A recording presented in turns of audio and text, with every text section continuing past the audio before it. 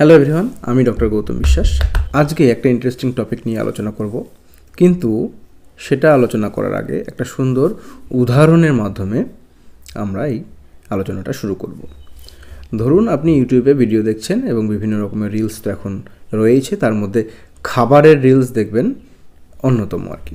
তো এরকমই কিছু খাবারের ভিডিও দেখতে দেখতে আপনি দেখলেন যে একটা সুন্দর একটা ভিডিও এসছে, যেখানে দেখা যাচ্ছে যে কাঁচা লঙ্কা কাঁচা পেঁয়াজ দিয়ে আলু চোখা বানিয়ে সেটাকে গরম ভাত এবং একটু ঘি দিয়ে খাওয়া হচ্ছে, এবং সেটা দেখে মোটামুটি আপনার কেন আমার এবং বাকি সবারও জিভে জল চলে আসবে যে ঠিক আছে, কালকেই এই আইটেমগুলো আমাকে খেতে হবে।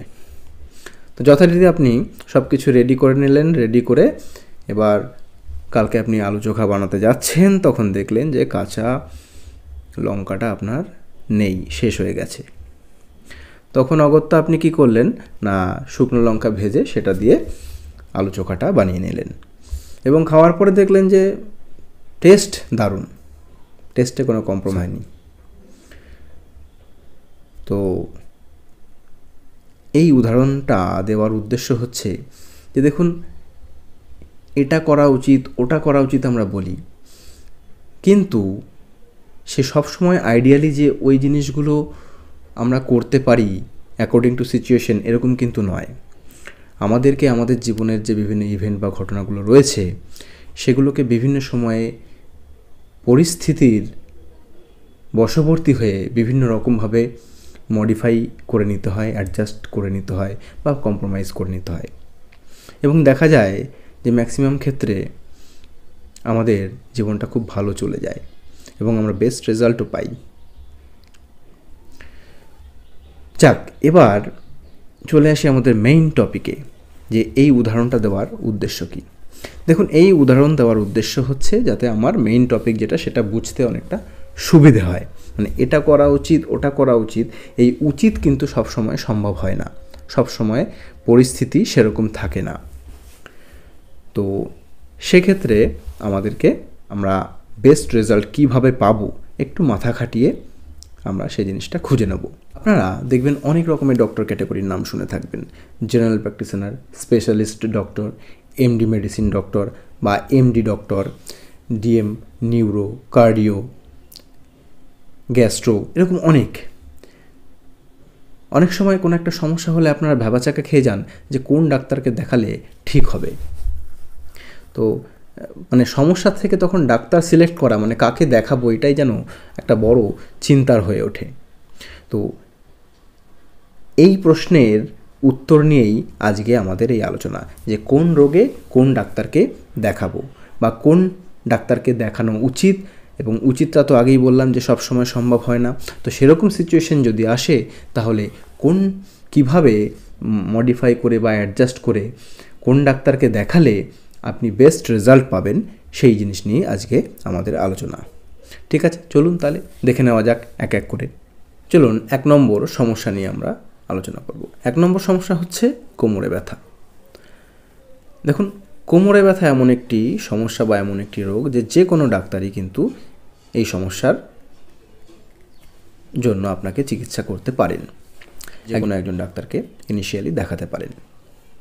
এবার যদি বলেন যে ডাক্তারবাবু আইডিয়ালি কাকে দেখানো উচিত, তাহলে বলবো যে আইডিয়ালি একজন নিউরোমেডিসিন বা নিউরোলজিস্ট বা অর্থোপেডিক্স ডক্টরকে আপনি দেখাতে পারেন, যদি ওনারা রেফারাল ছাড়া আপনাকে দেখতে ইচ্ছুক থাকেন। তবে অবশ্যই এই সমস্যাটা যেহেতু সব ডাক্তারই চিকিৎসা করতে পারে, তার মানে এই নয় যে আপনি একজন ডিএম কার্ডিও বা ডিএম গ্যাস্ট্রোএন্টারোলজিস্টের কাছে আপনি কোমরে ব্যথা নিয়ে চলে যাবেন, এটা করবেন না প্লিজ। তাহলে আশা করি যে কোমরে ব্যথার জন্য কোন ডাক্তারকে দেখাতে হবে সেটা আপনার ক্লিয়ার হলো। সমস্যা হচ্ছে হাঁটু ব্যথা। আপনার হাঁটুতে ব্যথা হচ্ছে। তো এই সমস্যার সমাধান বা এই সমস্যার ভালো চিকিৎসা আপনি পাবেন একজন অর্থোপেডিক ডক্টরের কাছে। কিন্তু সবসময় যদি আপনার লোকালিটিতে কোনো অর্থোপেডিক ডক্টর না থাকে, অ্যাভেলেবেল যদি আপনি না পান, তাহলে আপনি আপনার ইনিশিয়াল স্টেজে কাজ মেটানোর জন্য একজন জেনারেল প্র্যাকটিশনার বা একজন এমডি মেডিসিন ডক্টরকেও দেখাতে পারেন, এবং পরে আপনার সুযোগ সুবিধা বুঝে একজন অর্থোপেডিক ডক্টর দেখাবেন। 3 নম্বর অসুবিধা হচ্ছে পলিআর্থ্রাইটিস, মানে মাল্টিপল জয়েন্টে আপনার পেইন হচ্ছে এবং জয়েন্টগুলো ফুলে যাচ্ছে, বা যেটাকে আমরা বলি গাঁটে গাঁটে ব্যথা হচ্ছে। এরকম সমস্যার জন্য আইডিয়ালি আপনি একজন রিউম্যাটোলজিস্ট ডক্টরবাবুকে দেখাতে পারেন, কিন্তু রিউম্যাটোলজিস্ট ডক্টরবাবু সব জায়গায় সবসময় অ্যাভেলেবেল থাকেন না। সেক্ষেত্রে আপনি বেস্ট রেজাল্ট পাবেন বা বেস্ট আপনার অল্টারনেটিভ হচ্ছে একজন এমডি মেডিসিন ডক্টর। নেক্সট আপনার সমস্যা, ধরুন আপনার মাংসপেশিতে ব্যথা হচ্ছে, সেক্ষেত্রে আপনি একজন জেনারেল প্র্যাকটিশনার বা খুব ভালো যদি আপনি চেয়ে থাকেন তাহলে একজন এমডি মেডিসিন ডক্টরকে দেখাতে পারেন এই সমস্যার জন্য। চলুন এবারে নেক্সট সমস্যা হচ্ছে পেট ব্যথা। দেখুন পেট, আমাদের যে পেট বলে যে শরীরের একটা পার্ট আছে, সেই জায়গাটা কিন্তু কোনো ছোটোখাটো জায়গা নয়, অনেকটা এরিয়া জুড়ে এই পেট ব্যাপারটা রয়েছে। তো পেটের বিভিন্ন জায়গায় ব্যথা হলে বিভিন্ন এক এক রকমের রোগ নির্দেশ করে। তো সেই ডিটেলস এখন আমরা আলোচনা করব না, সেটা আমরা পরে আলোচনা করব। ওভারঅল একটা গ্রসলি যদি আমরা আলোচনা করি তাহলে বলবো যে যদি আপনার পেট ব্যথা হয় তাহলে আপনি একজন জেনারেল প্র্যাকটিশনারকে দেখাতে পারেন। তিনি প্রয়োজন বোধ করলে আপনাকে স্পেশালিস্ট ডাক্তারের কাছে রেফার করবেন, বা আপনি একজন এমডি মেডিসিন ডক্টরকেও দেখাতে পারেন। কিন্তু কখনো কখনো দেখা যায় যে খুব তীব্র ব্যথা হচ্ছে পেটে, ভীষণ ব্যথা এবং একদম পেটে হাত দেওয়া যাচ্ছে না, হাত দিলেও একদম লাফিয়ে উঠছেন ব্যথায়। তো সেক্ষেত্রে আপনি অবশ্যই একজন সার্জন বা এমার্জেন্সি ডিপার্টমেন্টে যাবেন। আমাদের নেক্সট সমস্যা হলো বুকে ব্যথা। দেখুন সবার প্রথমে বলবো যে বুকে ব্যথা মানেই যে হার্ট অ্যাটাক এরকম কিন্তু নয়। বুকে ব্যথা বিভিন্ন কারণে হতে পারে, সেটা যে সবসময় হার্ট অ্যাটাকের জন্য হবে সেরকম নয়। তবে হ্যাঁ, আমরা কিন্তু হার্টের কথাটা মাথায় রাখবো, ওটা কিন্তু ভুলে গেলে চলবে না। ছোটোখাটো বুকে ব্যথার জন্য কার্ডিওলজিস্টের কাছে ছুটে যাওয়ার কোনো দরকার নেই। সবার প্রথমে আপনি আপনার লোকালিটিতে অ্যাভেলেবেল একজন জেনারেল প্র্যাকটিশনার বা একজন এমডি মেডিসিনকে দেখান, বা হাসপাতালেও দেখাতে পারেন। তারা যদি আপনাকে দেখে এবং আপনার ইসিজি রিড করে যদি আপনাকে রেফার করেন যে হ্যাঁ ঠিক আছে একজন কার্ডিওলজিস্ট দেখাতে হবে, তাহলে দেখান। আদারওয়াইজ হাসপাতালের কার্ডিও ডিপার্টমেন্টে আউটডোরে ভিড় করার কোনো মানে হয় না। এতে কি হয়, যারা জেনুইন কার্ডিয়াক পেশেন্ট তাদের অনেক সমস্যা হয়, তাদেরকে অনেকক্ষণ ধরে লম্বা লাইনে দাঁড়াতে হয়। এই জিনিসটা একটু মাথায় রাখবেন। নেক্সট সমস্যা হলো জ্বর, যেটাকে আমরা বলি ফিভার। তো জ্বর যদি হয় তাহলে মাথার মধ্যে একটা ভীষণ চিন্তা চলে আসে যে কোন ডাক্তারকে দেখাবো, এত ডাক্তার, জ্বরের জন্য আমি কাকে দেখাবো। তো সেক্ষেত্রে বলবো যে যে কোনো ডাক্তারকে আপনি দেখাতে পারেন, জেনারেল প্র্যাকটিশনার থেকে শুরু করে যে কোনো ডাক্তারকে আপনি দেখাতে পারেন। আপনার কাছে সব থেকে যে ডাক্তার বেশি অ্যাভেলেবেল, আপনি যখন গেলেন তখনই পেলেন, সেরকম একজন ডাক্তারকে অবশ্যই দেখিয়ে নেবেন। তারপরে যদি তার মনে হয় যে অন্য কোনো ডাক্তারকে দেখাতে বলতে হবে বা রেফার করতে হবে, তিনি সেটা বুঝে করবেন। এবং আরেকটা কথা বলার, যে যদি কখনো দেখেন যে 2 সপ্তাহ কেটে গেছে কিন্তু জ্বর কমছে না, সেক্ষেত্রে অবশ্যই একজন এমডি মেডিসিন ডক্টর দেখানো বাধ্যতামূলক।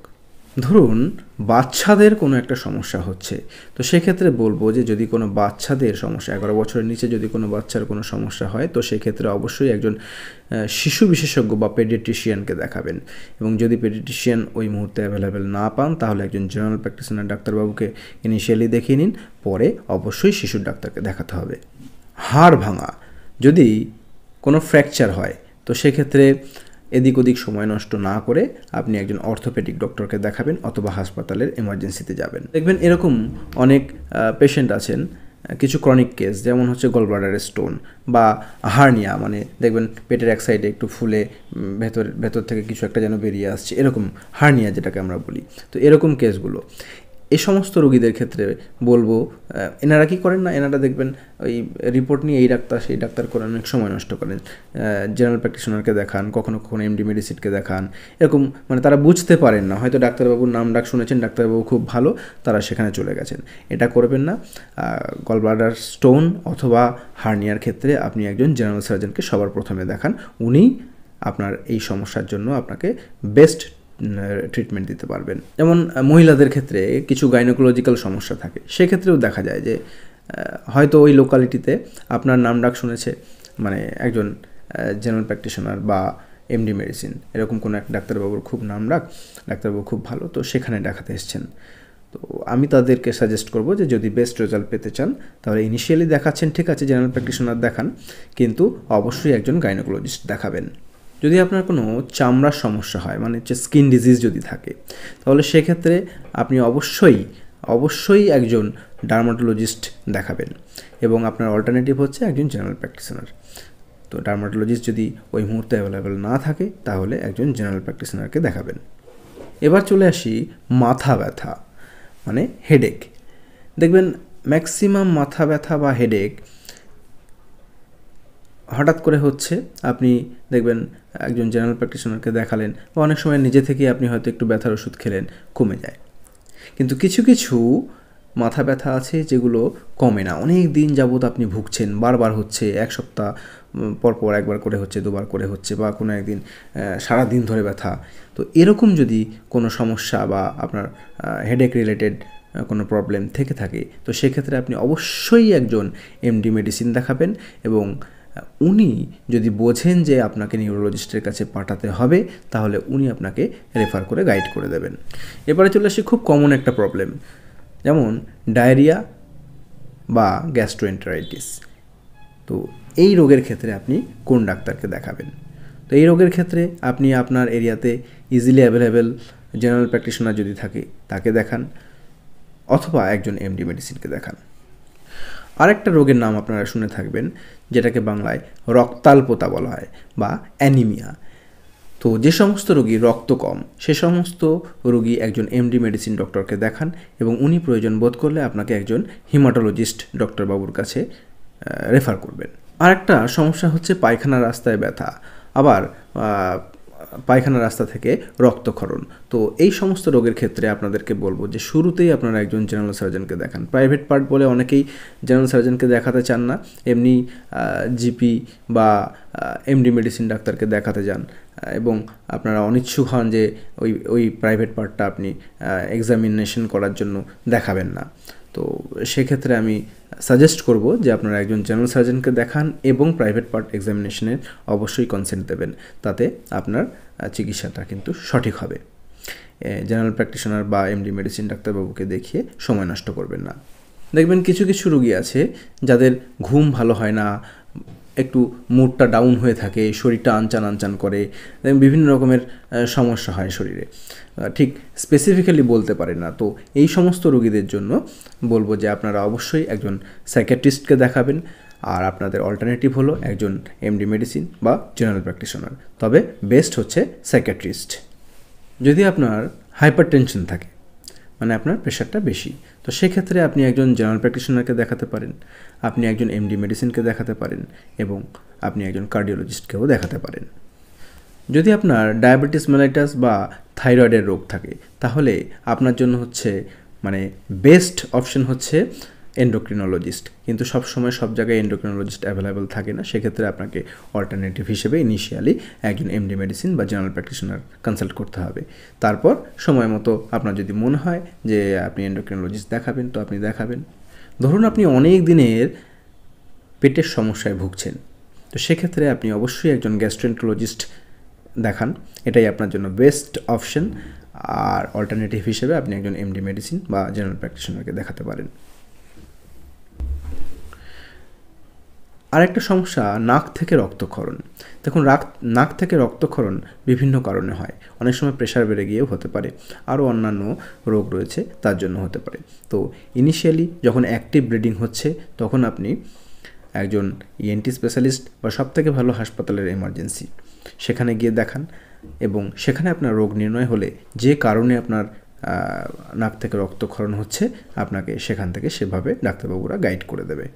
দেখবেন এরকম অনেক পেশেন্ট আছে, বুকে ব্যথা হয়েছে, লোকাল হাসপাতালে প্রাইমারি সেন্টারে হয়তো একটা ইসিজি হয়েছে, তো সেখানে ইসিজিতে তার হার্ট অ্যাটাক হয়েছে, ডায়াগনোসিস হয়েছে।